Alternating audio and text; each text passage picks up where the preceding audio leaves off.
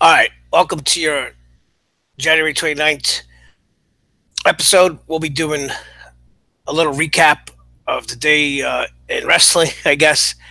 A lot of post Royal Rumble news and rumors and discussions and aftermath of what happened last night and who's not happy and who thinks this should have happened. I mean, it's to be expected. Everybody's always going to have their opinion or their favorites. Uh, I made the episode last night. I just watched initially. I just watched the men's Royal Rumble. Of course, I kept saying that I wasn't happy that they opened the show, but that's not what I meant. I meant that they put it on first. I understand it was at 8 o'clock. They already had the AJ match and so forth. But I was just saying I wanted the order to be.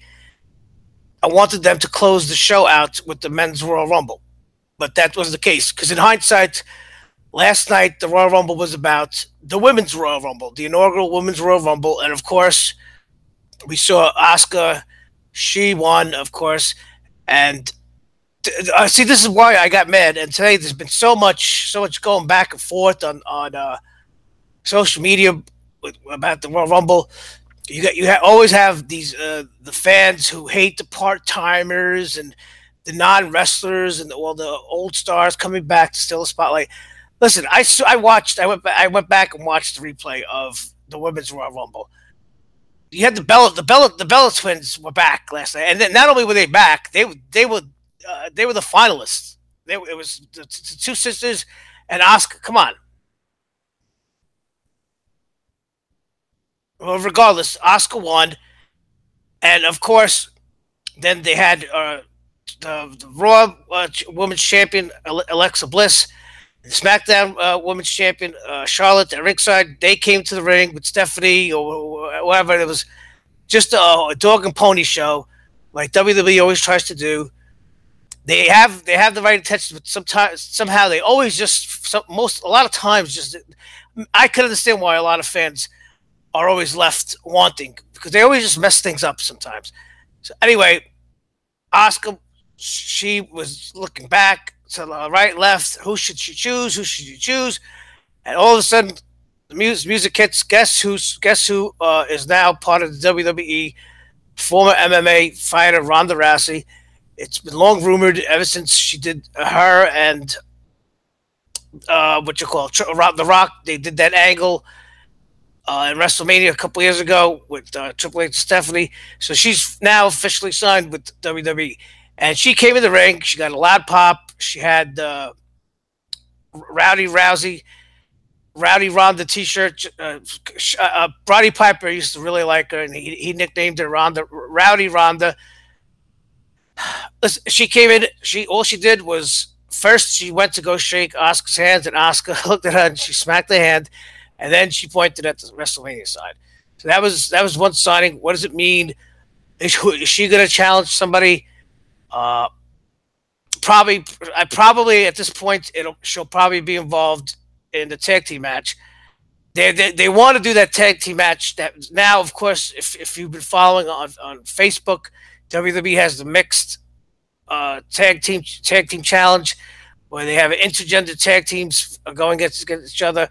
So they would love to do that for WrestleMania. They would love to get Ronda Rousey, and probably they would love to score The Rock versus Triple H and Stephanie at WrestleMania and continue that from 2 years ago. Will it happen? Who knows? But maybe if Ronda Rousey is there now, maybe it'll be a good time for The Rock to do it. It'll probably be an easy match for him. Uh, I was personally against them bringing out Ronda Rousey last night. I thought it already stole from the women. What you're supposed to be focusing on the women's Royal Rumble. You're supposed to be focusing on your own stars. Why bring Ronda Rousey in and completely just erase? And I know there'll be some that'll say, "Hey, these stars, these crossover stars, are needed to get eyes on the product." I know, but couldn't you have done it tonight on Raw? You got 3 hours to fill tonight. Don't you think that would have been the talk of Monday? You could have had WWE could have had the headlines Sunday night, and they could have had the headlines Monday night or Tuesday morning. So they could have had the headlines Monday morning and Tuesday morning, two days in a row, two major headlines that would have reported, but and it would have kept Oscar.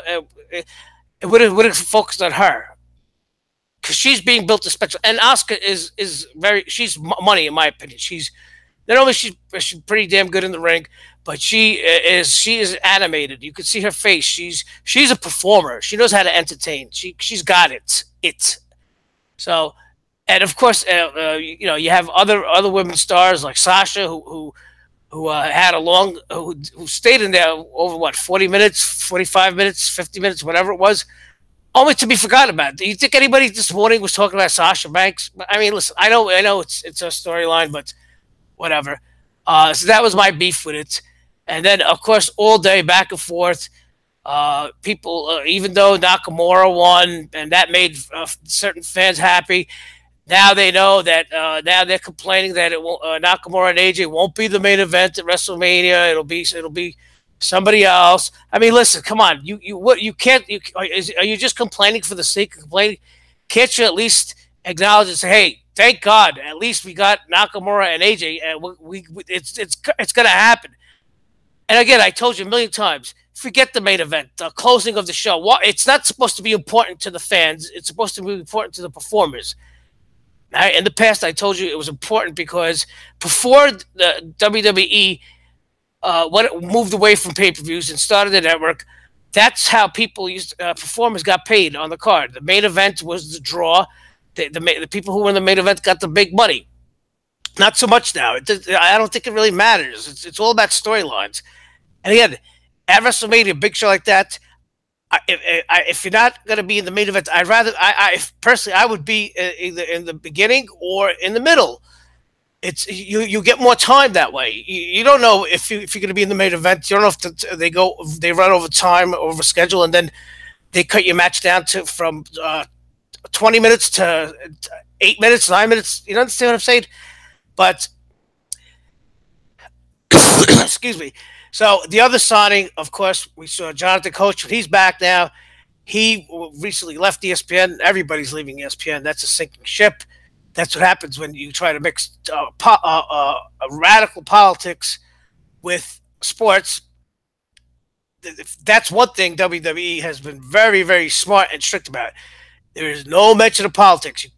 They are staying away from that. But regardless, the coach, Jonathan Coach, he's back. He looks good. And he's, as I understand, he's with the Raw announce team tonight. I think that's such a huge, huge, huge move, because that's one thing that's really lacking with the Raw is the announce team. Oh my God, it's hard. It's been horrible. It's been horrible for over a year, over almost 2 years. Michael Cole is Michael Cole. You know, they keep Booker T is good, but who's at the other? They tried Byron Saxton. They even tried. I forgot his name. The guy who was at the Nexus is married to Jennifer Hudson. That's how funny he is. I can't even remember his name. I mean, you need the announcers tell the story. They are the DJs. They are the lyricists. They put the lyrics to the music. That's why everybody loved JR and Jerry the King, and even go back before then, people loved Jesse the Body Ventura, Gorilla Monsoon, Bobby Heenan. They made it enjoyable. They made certain matches that were boring fun. So he's big. I think they could, eventually down the line he'll get involved into a storyline. Maybe he could be GM. I don't know, but I don't know if they want to rehash storylines. But anyway, that's a plus, and I'm sure there'll be more signings coming up. Expect after WrestleMania in April, they'll probably release a few stars, a few performers. They always do that. They do WWE does their annual spring cleaning. Listen, some people just can't, they can't keep everybody, and maybe it's better for those performers. And then now, social media, the debate is if WWE is such a toxic environment, why is Ronda Rousey and Jonathan Coachman signing? Why didn't they go to New Japan? Because listen, it's not. I don't know where did it come out. I don't know where people read that WWE is a toxic environment. It's like if you read or if you listen to certain things on social media, It's like you would think that these performers and wrestlers in WWE are being held hostage behind the wall because they have nowhere else to go. And speaking of that, nowhere else to go, competition. I never said I don't want competition for WWE. Listen, see, this is what happens on social media with comments. You don't know me, I don't know you, but you can't, don't. The one thing I don't like on social media, don't assume something about somebody else. You don't know me. For your information, I stopped watching WWF in the early '90s, and I had zero, completely zero, nothing. I got back to follow wrestling in '96, right as soon as Scott Hall came into WCW. I became a big WCW fan, a big Nitro fan, watched it religiously. Yeah, I was a little just maybe try and follow WWF, but I had no interest in it. I thought I thought WWF was garbage when I stopped watching. In the 90s, I thought it was still garbage in 1986, 97. I became a big, huge ECW fan. But of course, we know history. Stone Cold, 1998, WWE became really good. Their product became really hot. For The Rock, this, that. But listen, there is no competition for them. Not that I don't want it. There just isn't. They became so big. Okay? I don't think people understand, fans understand. It's almost impossible to run a profitable wrestling promotion here in the United States or anywhere in the world. Let's just look at your history. Go on Wikipedia. Every wrestling promotion that's been around is gone. History, ghost, yesterday's news, swallowed up by WWE or just faded into oblivion, bankruptcy.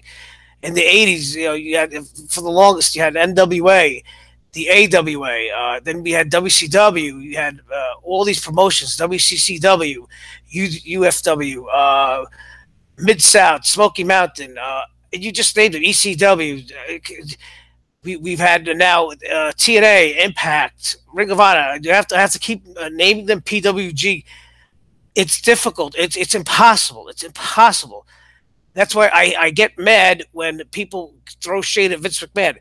The guy has run a extremely profitable wrestling company, wrestling promotion for 35 years, since 1981, 82, when his father handed over the reins. So you can't. He's a genius promoter. Is he always right? No. Who is? Does he do stupid things? Yes. Who doesn't? But the guy, as far as running a wrestling promotion, you can see he's out of touch. Yeah, he is. He's always been out of touch. That's not a secret. That's not undisputable. Just go back and listen to the Scott Hall shoot interviews when he created the Razor Ramon character. It was based on the Scarface Tony Montana character. Vince McMahon had no idea. He never even saw the movie Scarface back in 1988, 89, whatever it was. He thought Scott Hall, that was all his thing. He had no idea. He's always been out of touch. This is nothing new. He's consumed with running his company. But as I told somebody this before, what the best thing about Vince McMahon is, even if he is out of touch with popular culture, he knows when he sees it and when he pictures it in his head, he knows what will work and what won't work. Most of the time, he's right because that's why he has the biggest, most successful wrestling company in the history of entertainment. He's right most of the time. You don't get to be where he is now, being wrong all the time. I don't want to say I'm kissing his ass or Vince Mark, but you got to give credit where credit's due. When he hears an idea, he knows if it'll be money, if he can make it money.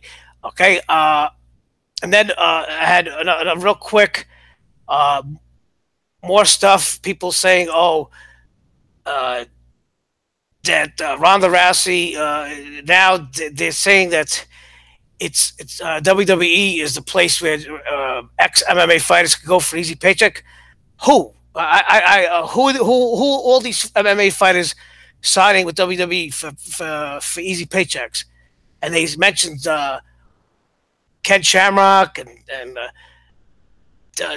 Dan Severn. Yeah, this is the '90s. How many people from MMA and Ronda Rousey or whatever have signed with WWE? And if you notice all those names I mentioned, Dan Severn, Ken Shamrock, Ronda Rousey, Those are big time. Brock Lesnar, whatever. Those are people stars. They're stars. They're not signed so much because they are MMA fighters or this. They're signing with WWE because they're stars. They have crossover appeal, and then WWE is a perfect fit for them. It's like Ronda Rousey. That's why her career went down the tubes in MMA. She got on a hot streak. Her first 12 fights, and she became this ultra celebrity for women fighters all over the world. She's good looking. She's personable. She was on talk shows, and that's it. She wasn't a fighter anymore. That's it.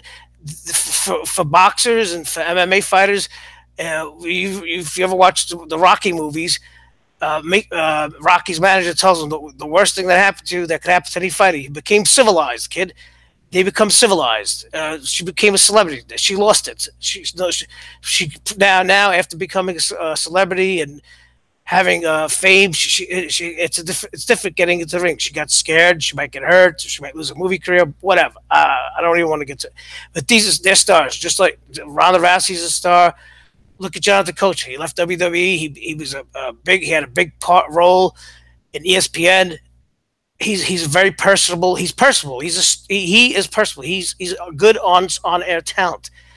So you're talking about Danny. I invited Danny to come on. I invite anybody to come on.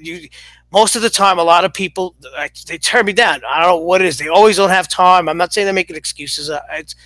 I always make these videos impromptu. And it's just because the money's bigger in WWE and they get bigger recognition. But for you to not want WWE to have competition, is strange. No competition is toxic against any industry. Yes, again, I told you. When did I say they don't? I don't want competition. I said there isn't any competition, and it's hard for there to be competition. New Japan Wrestling is not WWE's competition. No matter what you say, it maybe in 2018 that it might resemble the closest thing to competition. It's not competition. First of all, they're across the globe, completely different language, different culture, different time zone, and listen again. Somebody brought up a good point. Could you imagine New Japan Pro Wrestling doing Wrestle Kingdom, their big promotion, and the next day having to do another show, having to write and produce another show for 3 hours, and then the following day another show for 2 hours? That's what WWE does. That's why it's amazing what they do. I haven't heard any. Have you heard? What's the big talk about New Japan Pro Wrestling since Wrestle Kingdom? I haven't seen too much about. The only thing was, Kenny Omega got thrown out of the Bullet Club. A storyline that was a month. So in the month of January, it was Wrestle Kingdom, and then a month later, Kenny Omega got thrown out of New Japan Pro Wrestling. Just think of how many shows WWE has put on this month. Come on, I said it. WWE is a monopoly. They are bigger than the 10 other biggest companies in the world combined.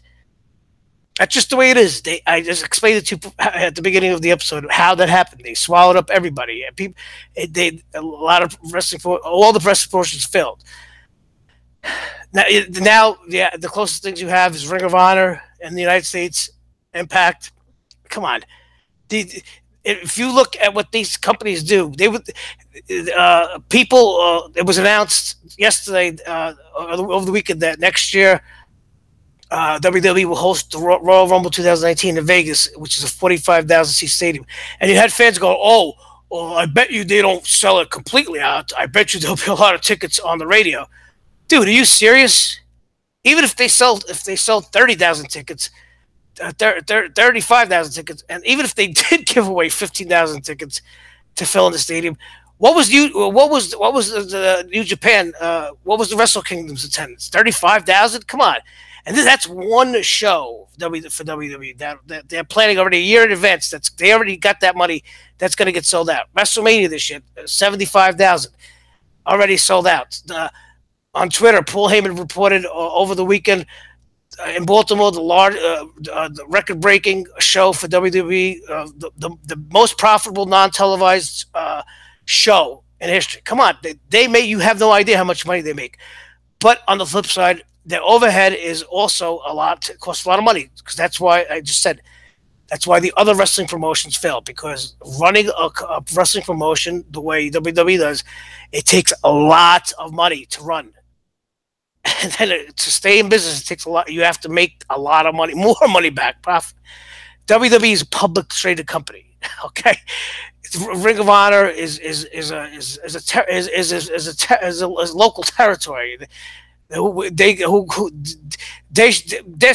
I'm not saying they're failing. They're a successful territory because they actually scored a TV contract. That's huge. How long do you think they can last with WWE, the big company who will eventually pluck their talent or their talent will eventually get promoted, will seek to gain employment with WWE? Uh, I mean, who's going to sign next? Who knows? You guess it's going to ride those the Omega, Kenny Omega rumors. That now you heard he's has a handshake deal. Kenny Omega will probably sign with WWE soon. I don't know if he's going to be one of those guys who gets cold feet all the time and never signs with WWE like Sting. I don't know. I don't know about him, but that's going to be it. I mean, that's it. That's it for today. I mean, listen, everybody's always going to argue, but you got wrestling is a TV show written almost sometimes a spur of the moment or week in advance. They're not going to always make the right choice. They're not always going to make everybody happy, but to sit here in 2018 and say that they're not pushing stars, the popular stars that the fans want, or they don't listen to the fans, or the record low ratings and half empty arenas. That's the new mantra of the social media. The dirt sheet readers. Come on, why would you even read the dirt sheets? Don't you understand those the people who run those things? First of all, it's really one or two major. It's one or two. It's one or two sources, and everybody copies and pastes the same shit. It's to make money to prey on fans who don't know any better. I mean, come on. Well, who just want to read something that adheres to their beliefs or opinions. So come on, just forget the dirt sheets. They don't know anything. Once in a while, they may be right on a rumor, but come on. Anyway, yeah, WWE, wrestling, whatever. They try. They listen. Maybe they don't listen to your speed or to your liking all the time, but they listen. Trust me. Okay, that'll be it. Thank you. Like and subscribe, and I'll talk to you soon.